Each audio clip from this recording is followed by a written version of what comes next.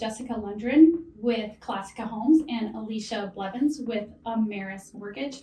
Jessica, tell me a little bit about how you got started working with custom homes and how long you've been in the industry. Yeah, so I have been in real estate 9 years now. I've worked for several different builders, sold townhomes, single family homes, but my favorite of all is the years that I've spent selling custom homes. Really love that. So what is it about that experience that you love?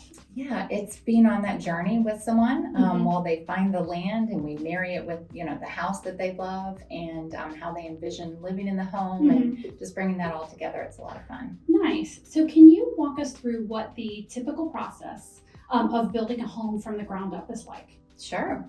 So it's a great option for people, whether they know that they want to have acreage and be farther out, or if they want to be on the lake, or if they have a multi-generational, living situation going on, if they want a 5-car garage, it's a great option. So looking for that land, having a great broker who can help you find the land and help you jump on it when it comes on the market quickly, and then figuring out what's a good floor plan fit, how they're going to live in the home and customizing things for them. Nice. And so do you find that more people are either picking out the floor plan and then going, I want this floor plan, I need to find a lot, or are more people coming where they've got the lot and then need to figure out which floor plan will fit on it?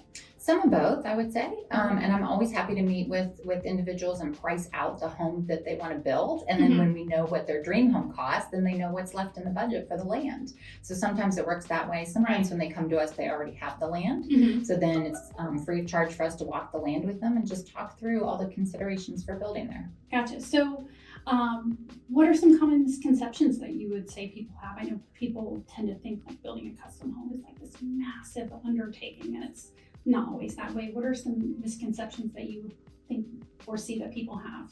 Yeah, that's definitely one, is that it's this huge, long process. Right.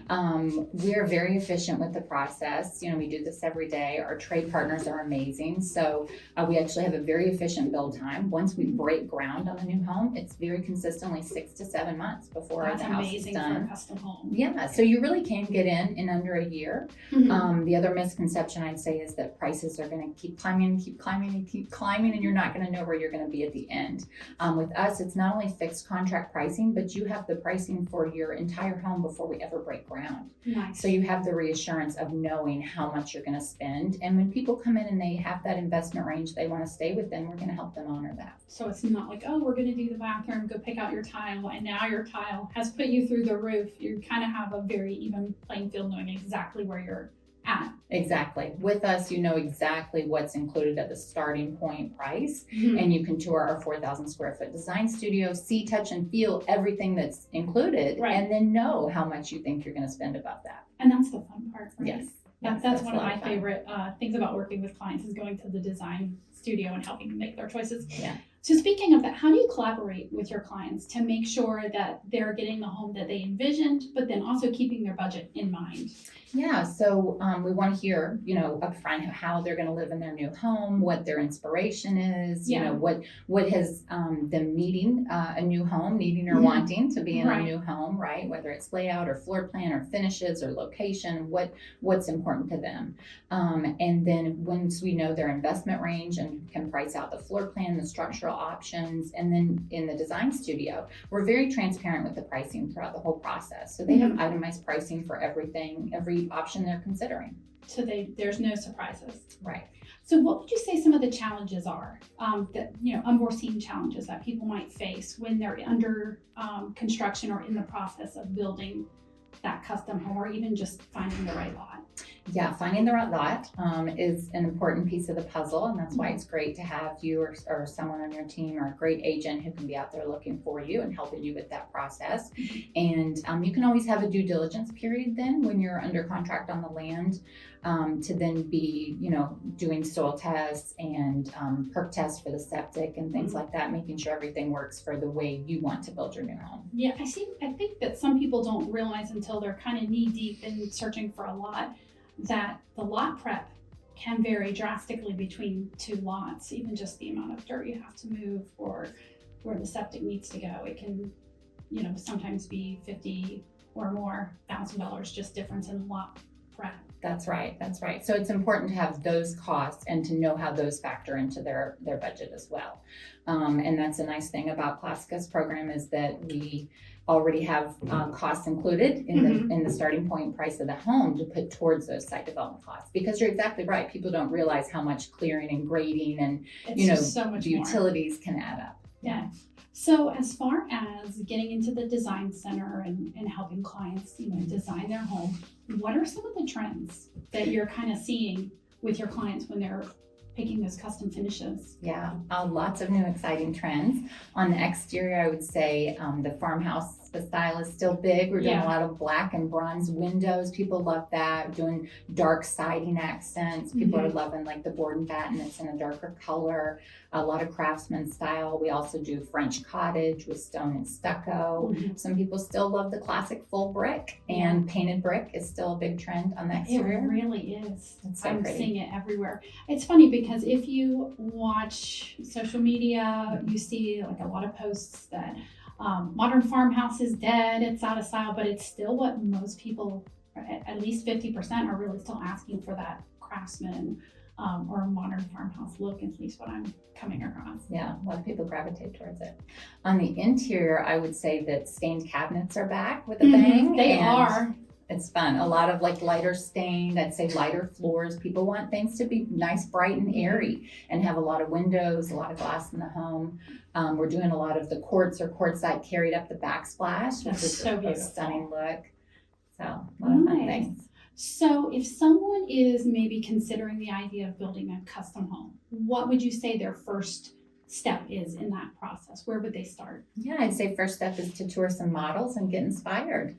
Start your Pinterest board and think about how you want this new home how you are going to live in this new home and what's important to you and your family. How you're going to make it your own. Yeah. Nice. So I've also got Alicia Blevins here with Ameris Mortgage. Alicia, tell me a little bit about your journey into mortgage and how long you've been in the industry. Great, thanks for having me. I have been in lending since the 90s and then moved over in 2010 to focus solely on the mortgage side. Okay. Cut my teeth in construction-to-perm, which is crazy from a mortgage perspective because that is perceived, a construction-to-perm loan is perceived as being a lot more difficult than just purchasing a home. And so I love the construction piece and love the lending and They're a little more challenging, huh? Sometimes it depends on the build and it depends on the builder and also the borrower. But I mean, as far as qualifying, it's the same as it would be with a purchase. And there could be the dynamics of somebody already having a home that is a little bit different. Sure. But as far as the qualifying itself, that part is the same. There are extra steps of, you have to have a survey and the plans, specs, the information from the builder and that type of thing. So for the listeners who are maybe not familiar with a construction-to-perm loan, explain kind of a little bit about the process. Sure. So you will come to me and apply, just like you would for a normal mortgage. We'll gather documents, go through the process as far as the approval. And then at that point, you know how much you can spend. And you would follow up with a wonderful real estate agent like yourself and a wonderful builder partner like Jessica to go through those pieces. And then when it comes back to my side of it, from the lending perspective, we set the loan up. You go to a closing. It's the construction-to-perm closing where you either buy the land, unless you already own it, or you either buy the land at closing, or if you own it, you're just closing on the construction-to-perm. The payments are interest only, and they're based only on the amount that is drawn. So, example, if you have a $600,000 mortgage or approval to build a house, and the builder has only drawn $75,000, you're going to pay interest only and only on the amount that's drawn. So you're only paying during the construction process. You're only paying the interest, right? And you're just paying it on those draws or payments that the mortgage company has made to the builder. Right. Okay. So that way, if you have a house that has a normal house payment, you're not signing up for a second house that you're building with the same type of house payment. It's building as you go along. Gotcha. So during that application process of a construction-to-perm loan, are there any, I know you had mentioned a survey, so there's additional documents that you're going to pull from the lender, from the builder?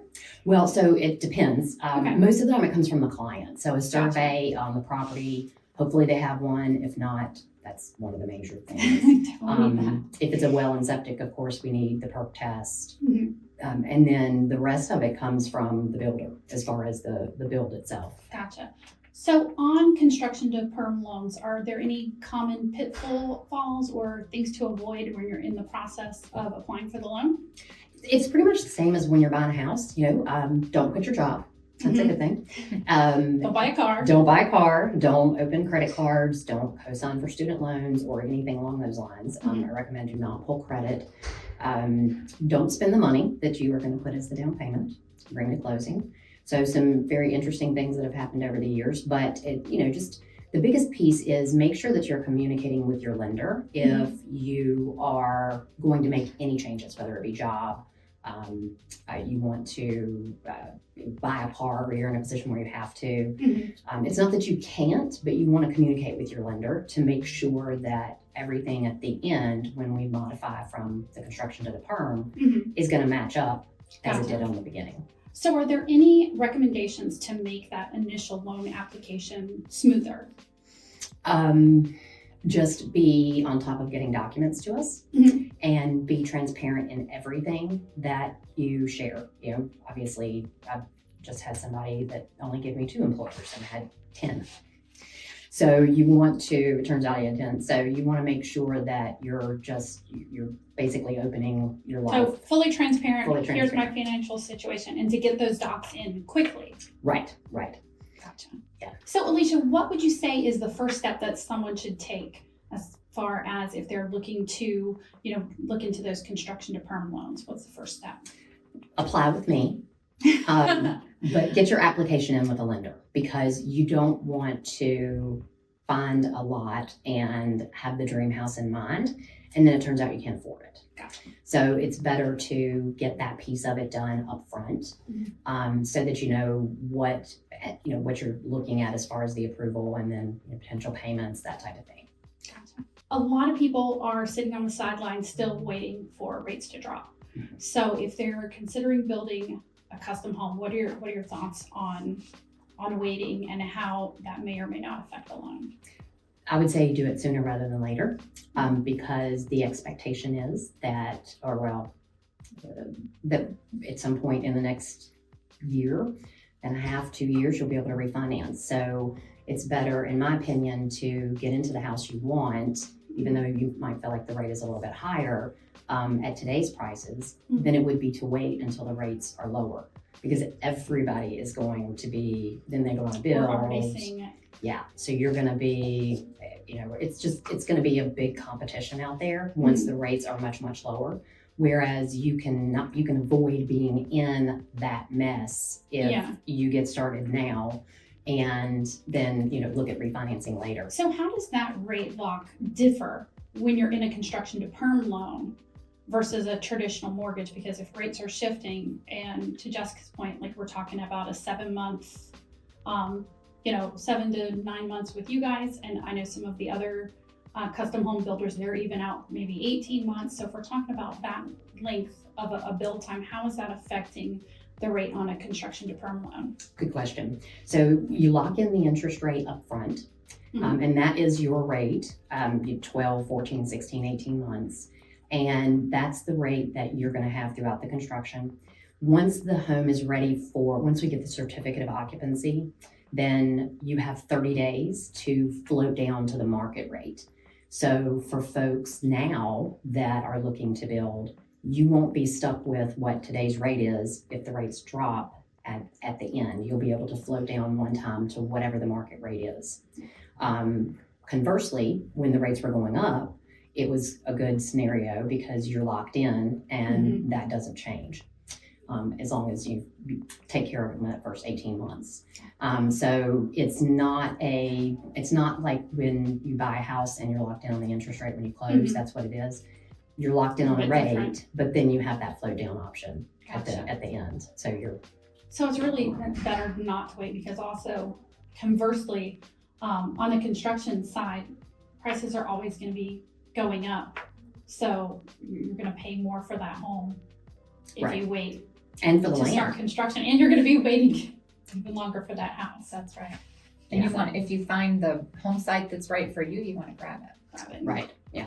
Because the land's gonna go up and then the cost is gonna go up. So get into today's pricing, Mhm. even though the rates, interestingly enough, are not really all that high, but over a 40-year time frame. Yeah. But since the powers that be think that the rates are gonna drop over the next year and a half or so, then you'll be in a good position to Mhm. today's prices with next year's rates. Next year's rates. Yeah.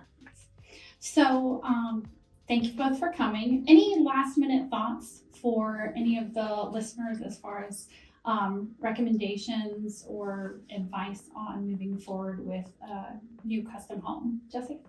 Yeah, I'd love to meet with listeners, hear more about what they're thinking about in their new home. Again, whether they have the land yet or not. Yeah.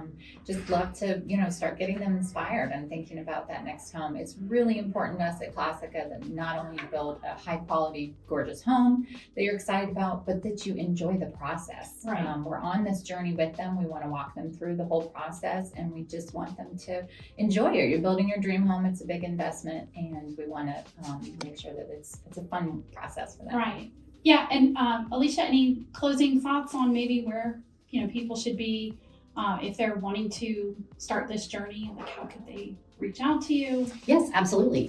So my website is www.Ameris Bank /Alicia Blevins. And I'll put links to both of your information Thank in you. the comments also. Okay. And we actually have tools out on our website Yeah. that will help with some of the short answers. But you can also text me, call me. My number is 803-566-7441. Mhm. And you can reach me pretty much anytime. I like to say, if I don't get back to you shortly, you'll find me in the morgue type of thing. So, but just reach out and ask the questions, and you get a feel for where, if this is the right thing for you. I know a lot of folks really like the custom home process because they're not buying someone else's home. Mhm. They're building what their home is Yeah. for their family. I see that with a lot of my clients where, we want to build, and it's almost, even if you're building, and there's nothing wrong with the tract builders, right? There's definitely a market for that. But I have so many clients that build those tract homes, and then they end up doing the renovations anyway because they didn't have the options available to them when they built the home. So I feel like it's a really great option. And I think a lot of people don't realize how affordable it actually can be sometimes. And you get what you want. Yeah, not what they're just offering. Right. But thank you both so much for your time. Thanks for tuning in with Charlotte Real Talk with Carin Miller.